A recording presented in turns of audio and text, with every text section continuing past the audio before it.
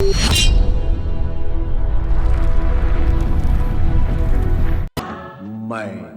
ओंकार हूं, दूसरों का हित चिंतन करने वालों के लिए गंगा की पवित्र धार हूं, किंतु दूसरों का अहित चाहने वालों के लिए वज्र का प्रहार हूं। मैं ओंकार हूं। नारद उन्हें सूचित करते हैं कि उनकी दोनों कन्याएं शिव पार्वती के पुत्र वध में बनेंगी, किंतु कार्तिकेय धर्म और शिव भक्ति के प्रचार हेतु दक्षिण की ओर प्रस्थान करते हैं। अकस्मात नारद की दृष्टि भगवान विष्णु के अवतार महर्षि परशुराम पर पड़ती है।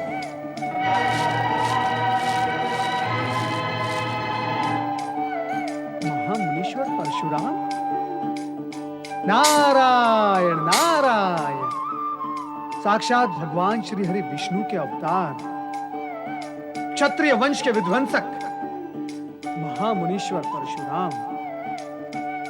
परंतु इस समय इतनी शीघ्रता से कहां चले जा रहे हैं? कहीं क्षत्रियों का पुनर्संहार करने का निश्चय तो नहीं कर लिया? नारद स्वयं चलकर पूछना होगा। नारायण नारायण नारायण।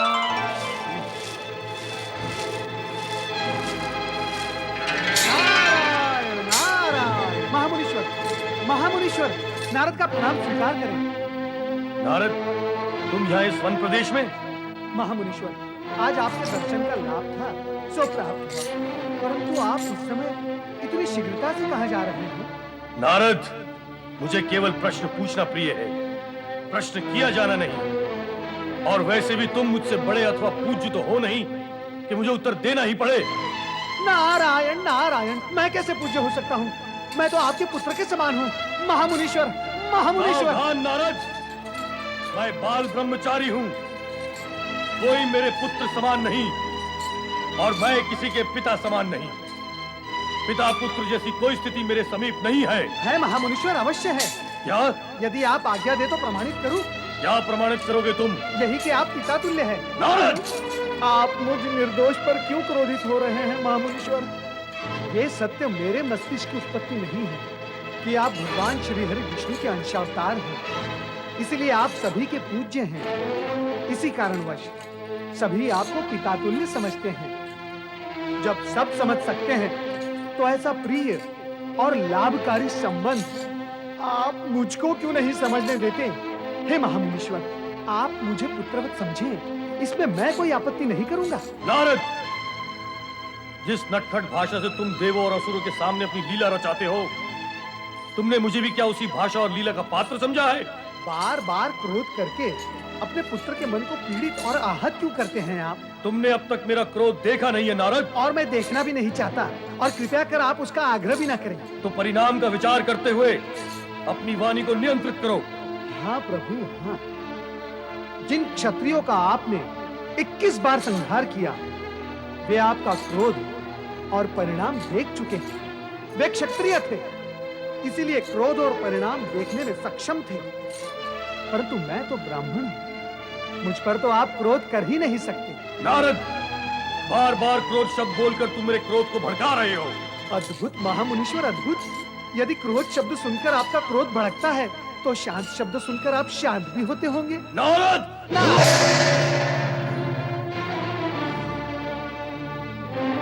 ओम नमः शिवाय।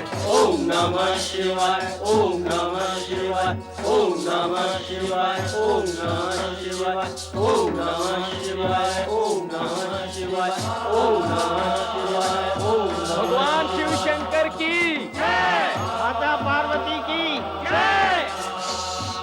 शांत रहो, भोलेनाथ का ध्यान भंग ना हो।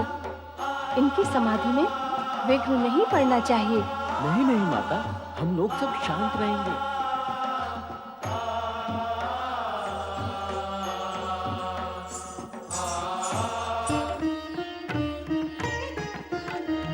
प्रणाम माता।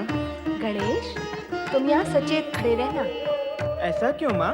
तुम यहाँ आने वाले किसी भी प्राणी को समाधि स्थल तक न पहुंचने देना। भोलेनाथ की समाधि में कोई बाधा नहीं पड़नी चाहिए। जैसी आपकी आज्ञा माँ। समाधि स्थल तक पहुंचना तो क्या, वहां तक किसी की दृष्टि तक को पहुंचने ना दूंगा। आप निश्चिंत रहें।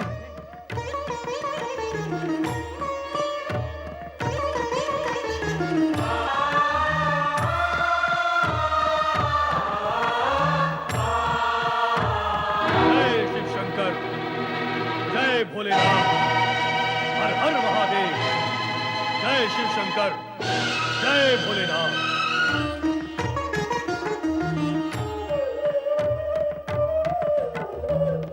कार्तिकेय भैया अब तक लौटे क्यों नहीं? उन्हें तो आ जाना चाहिए था अब तक। कहकर तो गए कि दक्षिण में अगस्त्य ऋषि का आश्रम तक जाके आता हूँ। शिव भक्ति और धर्म का प्रचार करने में समय तो लगेगा वहां।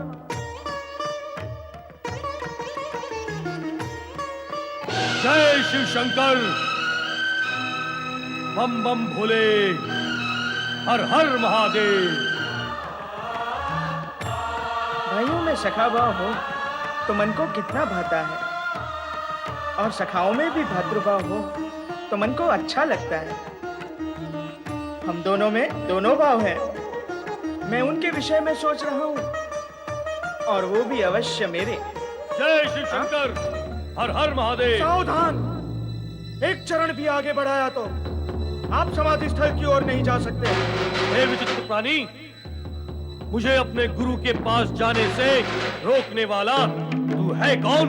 मुनिवर, आप जहां पधारे हैं वे आपका नहीं, मेरा क्षेत्र है। इसलिए आप प्रश्न करने की नहीं, केवल उत्तर देने की स्थिति में हैं। प्रश्न मैं करूंगा। बताइए, आप कौन हैं और किस प्रयोजन से यहाँ पधारे हैं? हे विचित्र दुष्ट, तू जानता नहीं मैं कौन हूँ? स्वयं अहंकार पूर्ण होने पर भी अपने को योग्य समझने वाले आप जैसे अहंकारी को जानने की मैं आवश्यकता ही नहीं समझता। अब आपके लिए मुझे जान लेना आवश्यक है। मैं शिव पार्वती का प्रिय पुत्र गणेश हूँ, और माता की आज्ञा से यहाँ खड़ा हूँ, ताकि समाधि स्थल की ओर कोई न जा सके। असंभव! तू ना नर है ना पशु। ऐसा सामान्य प्राणी शिव पार्वती का पुत्र हो ही नहीं सकता। अपने स्वर और नेत्रों को छोटा करे महाज्ञानी। यदि पिता शिव की समाधि भंग हो गई तो अनर्थ हो जाएगा। और तनिक अपने नेत्रों से क्रोध का आवरण हटाकर देखें कि मैं नर भी हूं और पशु स्वभाव से रहित पशु भी। निर्बुद्धि, अधिक प्रलाप न कर, हट जा मेरे मार्ग से। माँ तो कह कर गई थी कि डट जाना, और आप कह रहे हो कि हट जाना। अब ये डटना और हटना दोनों कार्य एक साथ तो हो ही नहीं सकते। और इसकी आवश्यकता भी क्या है? पर जिस माता ने जन्म दिया और आज्ञा भी दी हो, तो उसके कहने से डटे रहना अति आवश्यक है। यदि तू जानता कि मैं परशुराम हूँ और मैंने 21 बार इस धरती को क्षत्रियहीन किया है, तो तू ऐसी दृष्टता कदापि नहीं करता। मेरा जन्म नहीं हुआ होगा तब आपने किया होगा 21 बार पृथ्वी को क्षत्रिय विहीन। अब 22वीं बार करके दिखाइए। ऐ दुष्ट, तेरा काल तेरे माथे पर आ चुका है। ये ले। जय माता जी।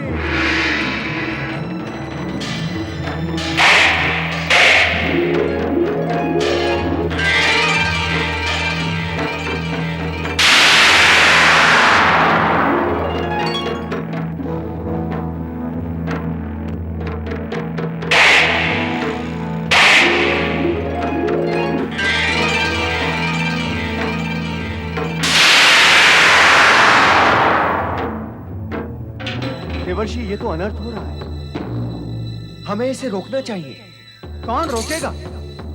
युद्ध रुकता तभी है जब उसे आरंभ करने वाला रोके। यहाँ तो दोनों डटे हुए हैं।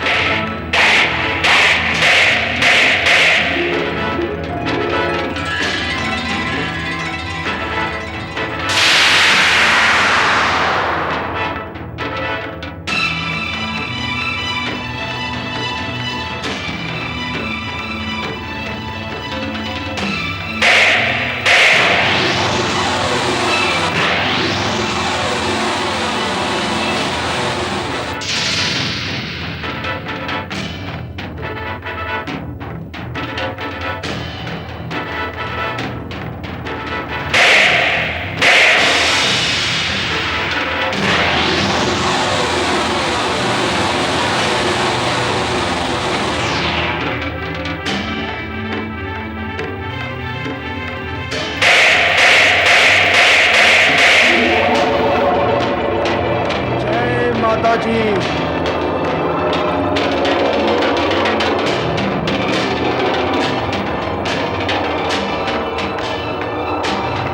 जय माताजी।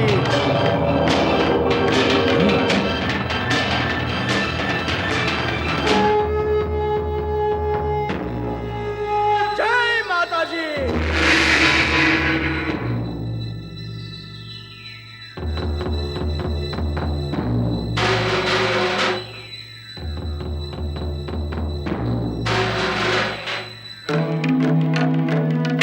परशुराम क्रोधवश तीर प्रहार कर रहे हैं, किंतु गणेश उनका हर प्रहार व्यर्थ कर रहे हैं। कुछ उपाय करें देवर्षि।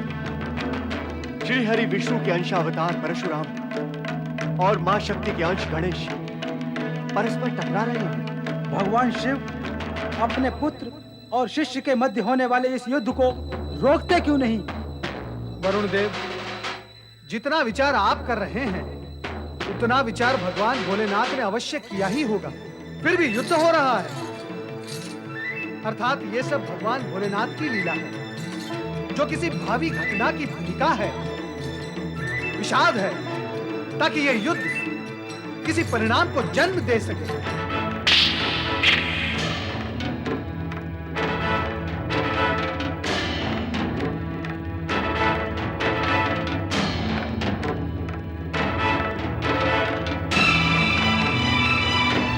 जय माताजी।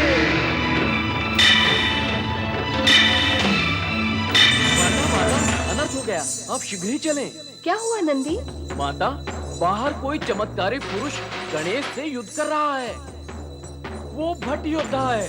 माता, गणेश उसे परास्त नहीं कर पाएगा। आप शीघ्र चलें।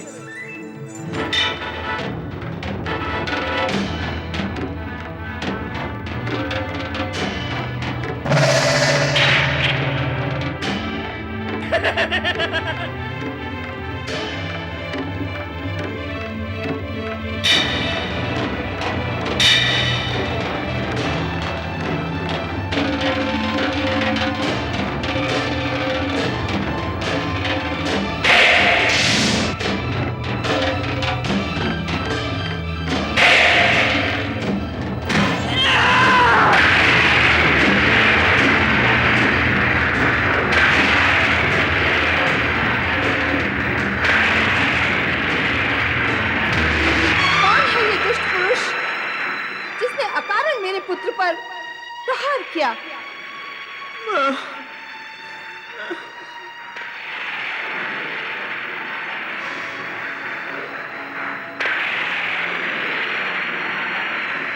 मेरे पुत्र पर प्रहार करने वाले को मैं जीवित नहीं छोड़ूंगी।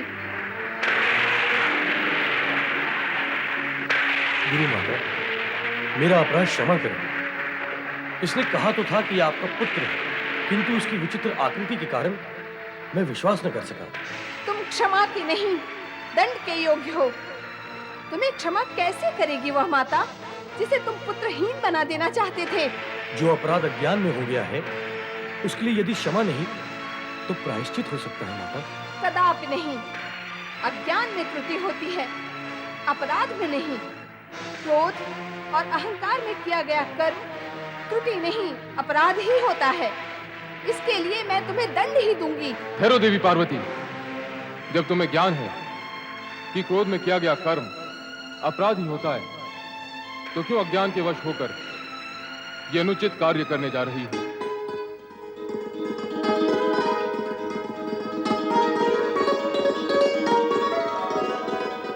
क्षमा भगवान, क्षमा। अपराध हुआ है मुझसे। माता पार्वती दंड की जो व्यवस्था मेरे लिए करेंगी वो नतमस्तक हो स्वीकार करूंगा। मैं तो यहां आपके दर्शन करने के लिए आया था, किंतु संयोगवश स्थिति ही पलट गई भगवान। सगुण विद्याधारी इस सत्य को नहीं जानते कि आप श्री हरि विष्णु के अंश और हमारे पूज्य हैं। हुआ तो वही जो होना था, आप तो केवल निमित्त मात्र हैं। गणेश एक दंत होकर पूज्य होंगे। इन्हें एक दंत बनाने का कार्य विधि ने अप्रत्यक्ष रूप से आपको ही सौंपा था। श्री हरि विष्णु के अंशावतार परशुराम के प्रति क्रोध अनुचित और अनावश्यक है देवी। ये सब तो हमारी ही इच्छा और लीला के कारण घटित हुआ। गणेश, अज्ञान में युद्ध हुआ। अब ज्ञान होने पर सम्मान करो पुत्र, प्रणाम करो इन्हें। प्रणाम मुनिवर। अज्ञान में क्या क्या हो जाता है। जो स्नेह का अधिकारी है वो क्रोध का पात्र हो गया। जिसे कंठ से लगाना था उससे युद्ध करना पड़ा। मुझे क्षमा करो गणेश। ऐसा ना कहिए, आप तो मेरे पूज्य हैं।